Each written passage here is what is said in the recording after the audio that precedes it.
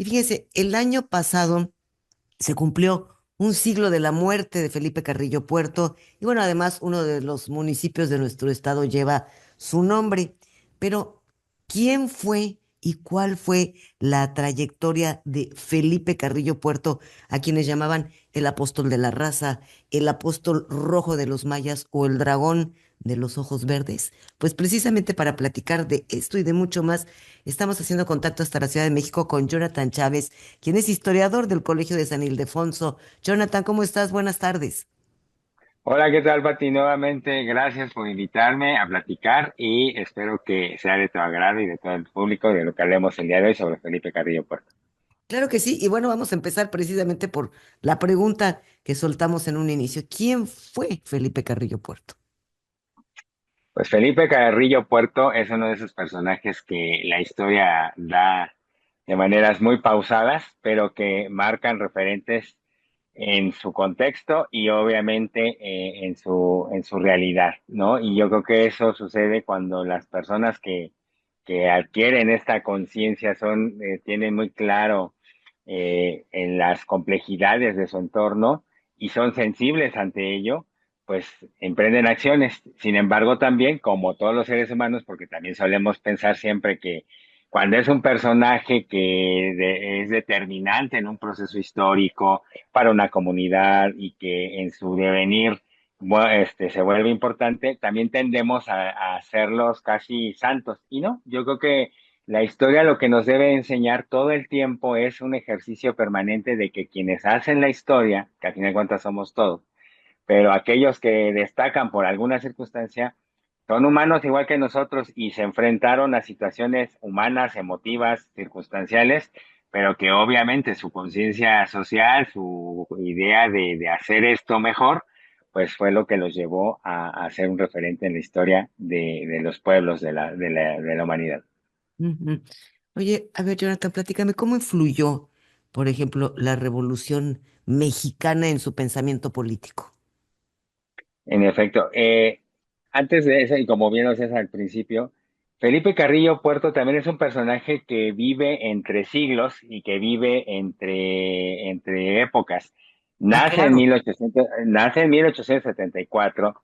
Ya hablábamos en un anterior programa sobre el tema de la guerra de castas. Exacto, sí. Él es de una familia bastante grande, ¿no? Una familia de 14 hermanos. Él es el segundo. Él es el primogénito porque era varón. Obviamente nace primero su hermana, pero sabemos en esta cultura patriarcal heredada del mundo colonial, virreinal, pues obviamente los varones siempre asumen esta parte importante, ¿no? Entonces él vive por un lado, todas las desavenencias sociales producto de esa guerra y de esa situación social que se prolongó durante todo el siglo XIX, nace en el último tercio del siglo y obviamente a él le toca ser testigo de todas esas asimetrías sociales que existían. Nace en el contexto en plena efervescencia de la dictadura de Porfirio Díaz, Ujú, entonces a él le toca ver todas estas complejidades. Sin embargo, también su identidad cultural, su aspecto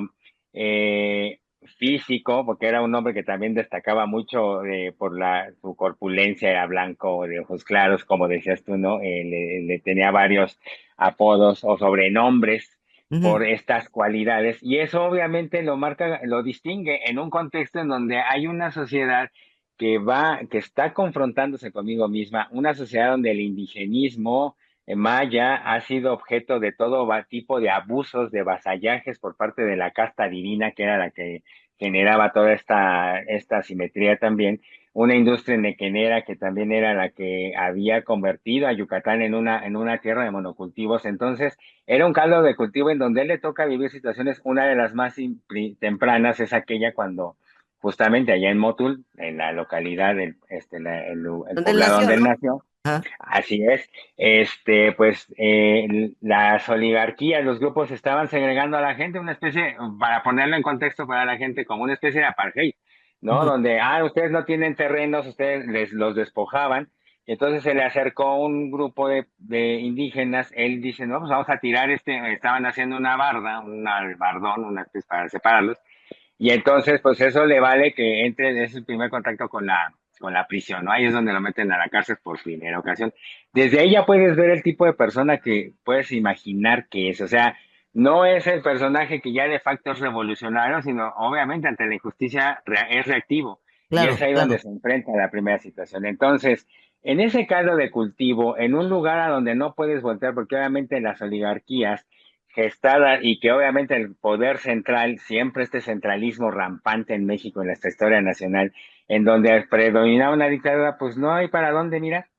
Claro, También claro. hay que destacarse su formación en esa época, bueno, siempre se señala de Felipe Carrillo Puerto, es que solo estudió en la primaria, pues créanme que en esa época era un nivel muy elevado para la época que estaba pasando, entonces él estudia, pero también él se forma de manera autodidacta, Sí. esta habilidad que adquiere de escribir, de ser reflexivo, lo lleva también a hacer denuncias críticas en un periódico, El Heraldo, que era un periódico en aquel entonces también un tanto de crítica, y Ujú. esto es de alguna manera todo lo que está sucediendo en la antesala de que el cambio de siglo, por un lado, pero también por otro lado el aspecto político bastante asfixiante que se vivía Sí. en Yucatán. Hay que decirlo porque esta era la realidad. Entonces, cuando vienen los cambios a raíz del estallamiento de la rebelión primero de Madero, cabe mencionar, él no era maderista, él más bien se enfocó Pero, primeramente a un camino más revolucionario y a atender, a poner atención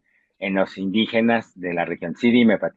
pero bueno, entonces, un poco resumiendo de quién era. Él es periodista, después de ser Así periodista es. es que diputado. Así es, también es diputado, pero también es un personaje que está de alguna manera inmerso en el situacionismo, está comprendiendo el Sí, situacionismo de toda de todo aquello que dejó la guerra, las guerras de castas. Porque hay claro. algo que no hemos mencionado, Pati, si me permites expresarlo. Cuando hablamos de ese proceso, entender que estas haciendas que eran enequeneras, tal, donde tenían sometidos a los indígenas a vasallaje, no era una cosa de que debían en las tiendas de raya o en estas tiendas donde se endrogaban permanentemente, pues justamente era el mecanismo, porque no olvidemos que se supone que desde la independencia México era un país libre de esclavos. Entonces, obviamente, una manera de tenerlos sometidos a las poblaciones era así. ¿Qué provocó eso? Un rompimiento del tejido social. No había comunidades, no había poblaciones, y eso lo quiero destacar porque quizás cuando hablemos de todo lo que él hace, Carrillo Puerto ya que más adelante, que después de ser diputado, después de salir de la cárcel, de entrar en contacto con el zapatismo, él se está consciente que hay que reconstruir ese tejido, y es algo muy importante y adelantado para su momento, ¿eh?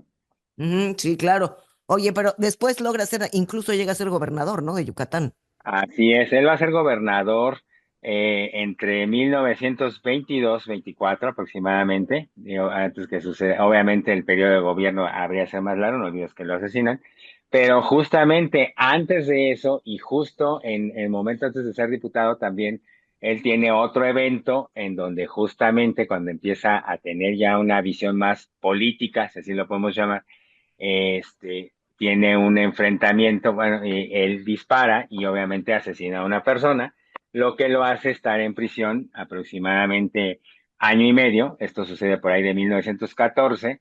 Cuando él sale, se va a Morelos, al estado de Morelos, y es ahí donde entabla una cercanía, un vínculo con Emiliano Zapata, y es ahí donde va a empezar a conocer todas estas complejidades del agrarismo del sur de México, que obviamente de alguna manera lo hacen acercar a reflexionar aún más sobre todas estas complejidades que son muy similares a lo que él, de donde él viene, de Yucatán, y luego tras ese momento en la cárcel. Ujú. Y entonces de esta manera es como influye la Revolución Mexicana. Yo no sabía que había estado tan ligado a Zapata. Así es, él cuando sale de prisión, que esto sucede en 1914, él entabla, él ya en ese momento, en los días o antes, se hablaba de lo que estaba sucediendo en el centro de México, en el norte también, la revolución. No olvidemos que asesinan a Madero y Ujú. Huerta y la rebelión, todo este levantamiento que se hace, pues obviamente él está consciente y escribe una carta a Emiliano Zapata. Cuando él logra salir de la cárcel, se va a Morelos, esto sucede por allá de 1914, insisto, y estamos hablando en el pleno auge de toda esta efervescencia social. El Ujú. encuentro sucede en Milpalta, Sí. y pasa un proceso bastante interesante. No basta solamente enfrentarse presentarse con Zapata, entiende toda esta complejidad donde los campesinos están recuperando las tierras. Hay un proceso de reconocimiento del indigenismo entre ellos. Y esto es algo muy interesante de mencionar porque también entender a Felipe Carrillo Puerto saliendo de la cárcel, un poco desarticulándose de su realidad Sí, regional y darse cuenta que de alguna manera hay un espejo y un paralelismo con Morelos y toda la región del sur, pues se da cuenta que eso es una situación bastante caótica en la que obviamente estamos viviendo una situación política que de alguna manera, antes de hablar de la rebelión entre los grupos de poderes, habla sobre la justicia social, sobre la tierra y la libertad, postulados que si bien sabemos son zapatistas, pero también al estar en contacto con Zapata, Carrillo Puerto los hace suyos. claro, claro que sí.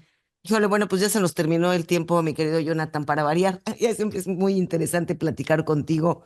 Y bueno, ¿te parece? Yo creo que hay tanto más que hablar de este gran personaje. ¿Te parece si mañana continuamos nuestra plática? Por supuesto que sí, va a ser un gusto seguir platicando contigo. Muchísimas gracias. Eres Jonathan Chávez, historiador del Colegio de San Ildefonso, y nosotros